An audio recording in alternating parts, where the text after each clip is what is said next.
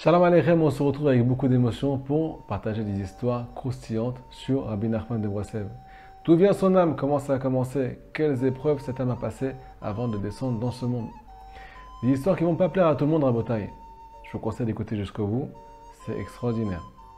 Tout a commencé avec le voyage de Rabbi Israël à Baal Shem Tov. En direction de la terre d'Israël, il a voyagé avec sa fille, comme d'habitude. À la base, il préférait prendre sa fille avec lui en voyage, plus que ses élèves. Pourquoi? Parce que sa fille, c'était une prophétesse. Et elle avait toujours une seule volonté, procurer du plaisir à Akadosh Baruch Hu. Faire tout le temps mieux dans la prière, procurer beaucoup de satisfaction au maître du monde. C'est pour ça que le Baal Shem Tov, il apprenait tout le temps avec lui. Et là, en pleine mer, il y a une tempête qui se déclenche. Tous les passagers comprennent que c'est leur dernier jour. Ils commencent à balancer toutes leurs affaires dans la mer. Ils ont peur de mourir. Ils essaient de sauver le bateau. Mais le Baal Shem Tov leur dit, ça ne sert à rien, arrêtez tout de suite. C'est à cause de moi. Il y a un mauvais décret dans le ciel. Et on a deux choix maintenant. Pour vous sauver la vie, pour sauver ma vie, ou bien je dois jeter tous mes écrits qui font référence à la Torah du Mashiach, au cas où vous ne le savez pas. Je dois jeter tous mes écrits dans la mer, ou bien c'est ma fille, Odel, qui doit se sacrifier. Quand sa fille a entendu ça, elle a dit, papa, c'est moi qui pars dans la mer, c'est pas tes écrits. On prend Odel, on la rapproche de l'eau. Elle atteint l'eau, Rabotai, et d'un coup elle se met à crier, papa, sauve-moi, remonte-moi. C'est pas grave pour tes écrits. Ton arrière-petit-fils, il va avoir des écrits qui vont encore plus ramener les âmes du peuple d'Israël vers Akadosh Baruch Hu. Cet arrière-petit-fils, Rabotai, c'est Rabbi Nachman. Alors, au cas où vous ne le savez pas, avant que son âme descende dans ce monde, il y a eu une pagaille dans le ciel. C'est ramené en Sipur et Maasiot ici. Que Akadosh Baruch Hu a fait traverser cette âme dans tous les mondes supérieurs et a demandé, si jamais quelqu'un qui n'est pas d'accord, qu'il se lève tout de suite. Personne ne s'est levé. Et d'un coup, il y a quelqu'un qui est arrivé en criant, en courant. Et bon, Shalom l'âme, maître du monde, si jamais tu fais descendre cette âme ici-bas, tous les peuples d'Israël vont faire teshuva. Ils vont tous revenir vers toi. Ils vont être complètement allumés. Alors je ne te laisse pas la descendre dans ce monde.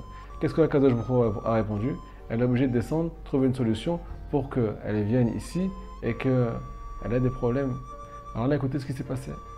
Le roi des forces du mal vient devant Akadosh Baruch Hu et lui dit, tu peux la faire descendre cette âme. J'ai trouvé une solution. Pour qu'elle ne fasse pas son travail, on va lui mettre de la controverse. Écoutez ce qui s'est passé le jour de la Brit Mila de Rabbi Nachman. Sa maman avait très peur ce jour-là. Elle a demandé à son frère, Rabbi Baruch ben Mejibouj, je t'en supplie, prie pour cet enfant, qu'il n'y ait pas de controverse sur lui durant sa vie. Qu'est-ce que répond Rabbi Baruch? Impossible, elle est trop grande cette âme. Elle va faire trop de bruit. C'est pour ça qu'elle va souffrir de la controverse. Au cas où vous ne le savez pas, Rabbi Nachman a souffert des souffrances qui sont inimaginables à cause de ces messages. Il a donné une petite raison à cette chose-là. Pourquoi les gens lui rentrent dedans? Parce qu'il est venu dévoiler la grandeur de la prière, la grandeur de la des doutes, la grandeur d'un juif qui parle à son créateur, peu importe qui il est, peu importe son âge, peu importe ce qu'il a fait. Et la Gemara témoigne que la prière, elle est dénigrée par les gens, mais elle va tellement haut. C'est la chose la plus haute, mais les gens la dénigrent. Ils croient qu'il n'y a rien à faire, ils croient que ça ne porte pas de fruits. Rabbi Nachman dit, Ve'ani tefila, comme on dit le pasuk dans Télim. Moi, je suis la prière. Je suis venu dévoiler la grandeur d'une parole adressée à Dieu dans ce monde. C'est pour ça que les gens, ils ont du mal avec moi. Deuxièmement, son message, c'est un message d'encouragement. Au cas où vous ne le savez pas, il s'appelle Rabbi Nachman. Nachman, c'est le même maître que Nechama. Nechama, c'est le réconfort. C'est ce que son oncle a dit le jour de sa Brit Mila. Sur lui, le pasuk est dit Zeinachamenu imaasenu. Il va nous réconforter de nos actes. Il faut savoir qu'aujourd'hui, il y a des gens qui essaient d'être parfaits. Et à cause de ça, ils sont tristes. Ils tombent dans le désespoir. Ils lâchent la religion. Ou bien ils ne veulent pas s'engager. Parce qu'il faut que tout soit carré. Le Tzadik nous dévoile qu'il n'y aura jamais rien de carré. Tout sera peut-être nul. Mais le principal, c'est l'effort que tu vas fournir pour Hachem, à ton niveau, qui que tu sois. Alors comment il va nous réconforter? Deux enseignements principaux du côté moral qu'on va vous dévoiler aujourd'hui. Azamra, Elokai Beodi, Akadosh Baruch Hu, on va te chanter avec le bien qui existe encore en nous, malgré nos défauts, malgré qu'on est irréparable, malgré qu'on est exécrable. On a encore plein de qualités. Mais qu'on n'arrive pas à regarder, parce qu'on est trop parfait, trop perfectionniste. Me dit le tzaddik, tu dois faire un tri dans ta vie. C'est vrai qu'il y a beaucoup de mal à l'intérieur de toi. C'est vrai que tu es imparfait et que vraiment, des fois, tu fais de la peine. Mais pourquoi t'oublies à cause de ça toutes tes qualités? Pourquoi tu viens te morfondre? Pourquoi tu désespères? Pourquoi tu baisses les bras à chaque étape de ta vie? Parce que tu veux être parfait. Et ça n'existe pas. Ça n'existe plus. Il n'y en a qu'un qui est parfait dans ce monde. C'est Dieu. Donc le tzaddik nous demande de chanter comment? En faisant ce qu'on appelle un tri. En triant le bien du mal. Le bien qui est en toi, tu dois le mettre en avant, l'écrire sur une feuille. Le mal qui est en toi, tu l'écris sur la feuille et tu le barres. Parce que Hachem, il s'en fout de tes défauts. Après tout, tout va être réparé, que tu le veuilles ou non. Mais tes qualités, si elles meurent, tu vas mourir avec elles et tu vas tomber dans le désespoir. Donc le seul message qu'on peut te donner, c'est de fermer tes yeux. Faire shmirat ha'enaim. Pas que de ne pas regarder les femmes dans la rue qui sont mal habillées, mais surtout ne pas regarder tes défauts quand il ne faut pas. Parce que ça te bloque, ça te plombe. Tu n'as plus envie de servir Dieu à cause de ça. Ça te fait tomber dans ce qu'on appelle l'amertume. Et si tu es amer, tu ne peux pas servir Hachem. Deuxième enseignement principal du côté moral. Un juif qui est tombé au plus bas, il s'est cassé la figure.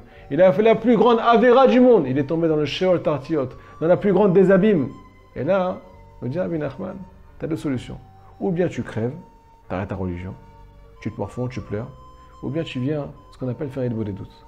Tu viens crier de l'aide à Hachem, de l'endroit où tu es. Aïe, mais comme Kevodo, Akadosh Baruch Hu, aïe, où tu es? Où est ton honneur? Ton honneur remplit tout le monde, on le sait tous. Il n'y a pas un endroit dans ce monde qui est vide de ta présence. Où est ton honneur dans ma chute? Pourquoi je suis arrivé là-bas? Qu'est-ce que tu veux de moi? C'est aussi ta volonté, comme c'est marqué dans la Kabbalah. Alors qu'est-ce que tu veux de moi, Hachem? Le tzaddik nous dit que ce juif-là, qui continue à chercher Hachem, malgré sa chute, il va arriver au plus haut niveau spirituel. Parce que là-bas, du fait qu'il a crié à l'aide, au lieu de baisser les bras, alors un Kadosh Baruch Hu va se dévoiler à lui. Il ne va pas se dévoiler un petit peu. Il va lui dévoiler les plus grands secrets de la Torah que personne ne peut atteindre. Même le plus grand tzaddik de ce monde ne pourra pas atteindre ces enseignements-là. À quoi ça fait référence tout ça? Ça fait référence au fait que on peut trouver Hachem dans tous les endroits. C'est ça le plus grand secret, les amis. Si jamais on a conscience que Hachem est avec nous, peu importe notre niveau, peu importe ce qu'on a fait, peu importe ce qu'on fait, et peu importe ce qu'on va faire, le principal c'est de rester en recherche, de tout le temps désirer être le plus proche de lui. Qu'il se passe ce qu'il se passe dans ta vie, peu importe. Si tu cherches à être proche de Dieu, si tu ne baisses pas les bras, tu es digne du nom de Tzaddik. Chazak ou Baruch.